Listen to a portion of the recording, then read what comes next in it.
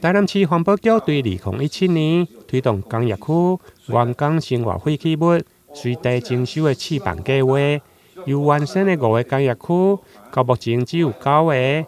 副议员郭凤仪认为推动的速度太过慢，甚至发现5个工业区有偷渡的嫌疑，要求员工下班先刷炸回处理，因此要求环保局应该加强宣导，甚至结合经发局。找厂商协进会斗阵来做。为什么我们用经济的因素来这个诱因来吸引我们厂商这么做？但是成效嘛无偌好。那一般都市计划内的工业区里面，大部分的这些厂商有一些啦偷渡。哦，这个我们清楚。对啊，会偷渡啊？为什么？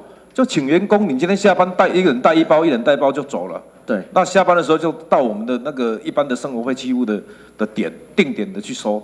对，那当然，这样的状况之下，我们的美意被安怎做过这样的稽查，或者是有什么样的方式可以做这样的稽查，或者是更有力的去推动这样的政策？我们还是希望跟工业区合作，如果他有协会愿意跟我们合作，我们是会。因为台湾市拢种吼大大小小，包括科学园区等等，总共有70个工业区。那这70个工业区，那为什么我们不会横向联系？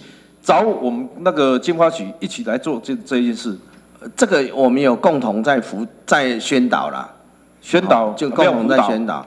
那如果没有意愿呢？那依做这样，我们是不是我们就想一个跟经发局看怎么样去加强辅导？加强辅导措施，那诱因在哪里？是我知影者嘛。除了工业区生活废弃物的问题，另外议员陈义珍也关心安南区海西段堆置场的处理状况，因为海岸目前行为人闭关，环保局有协助地主来清除大约400栋，不过议员以现场统计5000栋来计算，到底要清到什么时阵？